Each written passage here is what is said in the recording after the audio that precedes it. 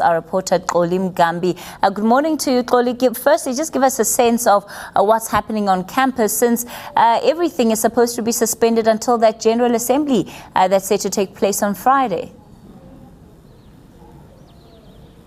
Well, that's right, Kathy. A very good morning to you too. And of course, what you're saying is indeed what's actually happening here at Wits University. It seems that everybody has heeded the call that classes be suspended. And so at the moment, we're not seeing any activity that relates to classes being in session or anything like that. And as I speak to you now, Kathy, we are coming to you live from the Science Stadium. This is the area where students who are saying that let's continue with classes are going to gather.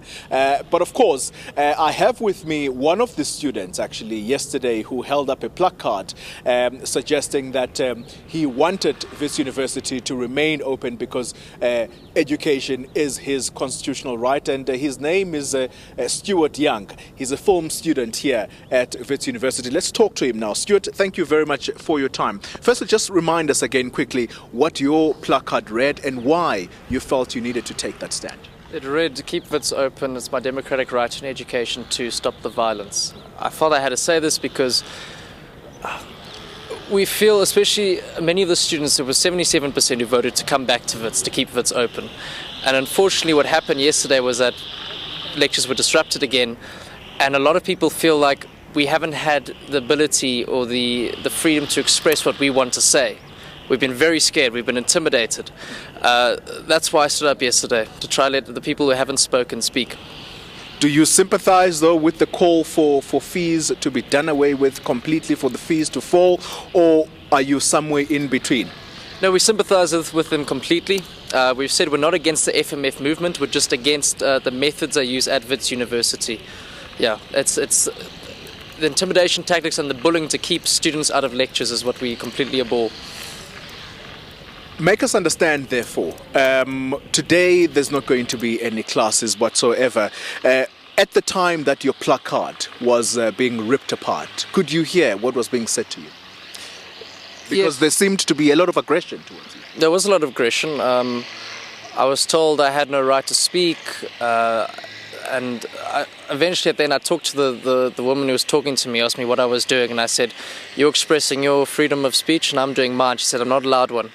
And for me, that's very funny coming from that's the issue why we're standing up for hashtag Take Wits Back, is because if there's a student movement saying that they represent us, why do they not let us allowed to speak? Yes. Let me ask you this final question. Today, you guys are going to gather this side. You are for the Wits University campus to remain open. How big do you think is the turnout going to be, or do you think, given the intimidation and the kind of stuff that happened to you yesterday, do you think that people are going to stay away? What's the expectation for you from your side on the turnout here? I guess we'll have to see what happens. I know a lot of people are going to stay at home because they are very scared. Parents aren't letting people come in today as well. Quite a big thing. I couldn't give you a number here. I guess we'll find out later.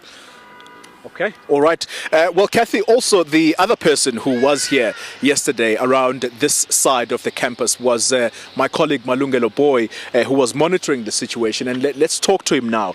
Malu, thanks for joining us. Yesterday, you were monitoring the situation this side, and you're saying that you would have witnessed some of the students who were in class and they were taken out. What was the situation? Certainly, Xoli. I mean, the protesting students came in here. They were going to be addressed by Dalimpofu and other parents who had come to show support to them. Before that address, the protesters moved around each and every of these tutorial offices, trying to make sure that no one was inside doing any learning. Remember, one of their aim was making sure that they completely shut down the university. But earlier before then, we were able to go to some of the lecture halls where we saw actually learning taking place, but we were told that we can't film those students for their own safety. Malu, Stuart is saying that he can't predict what the turnout is going to be from their side. They're calling for Wits University to remain open. Do you think that, honestly speaking, from what you witnessed yesterday, do you think that students are going to be brave enough those who are told that they are 70% and plus that have voted for Wits to remain open. Do you think they're going to come out here? There's a lot of fear. I mean, some of the students that want the university to open, that I've spoken to, have actually said that they don't actually even want to be in front of the camera. You've got to try and conceal their identities because they don't want to be victimized. But also one of the strategies I saw yesterday that was used by the students who were in class, when the protesters were coming, they would come out, Xoli, also in a way and join this protest. Remember, they don't want to be seen as sellouts because that's what the protesting students have been calling those students that are going to class. They're saying that you are selling out the struggle, so you mustn't do that. The protesters had called on every student not to attend class, to join the movement, saying that it's also for their own good.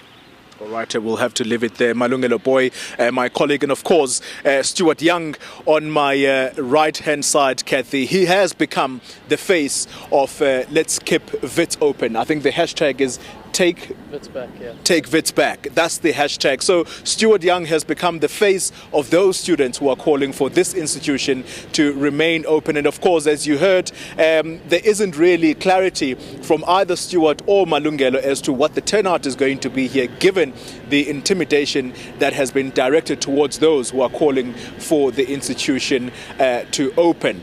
Now, Kathy, as I talk to you at the moment, we are told that the gathering is supposed to start at 10, and from what I can see, I can only count 1, 4, and Stuart is the 5th person that's here. So that tells you, Kathy, that perhaps the turnout is not going to be as good as people may expect it to be. Now, importantly, Kathy, also, the mediators, I suspect they're going to have to play a bigger role here in trying to bring together the students, because there are those, of course, that are calling for the university to open, and there are those that are saying it's a complete shutdown. It's going to be interesting to see how the mediators handle that one.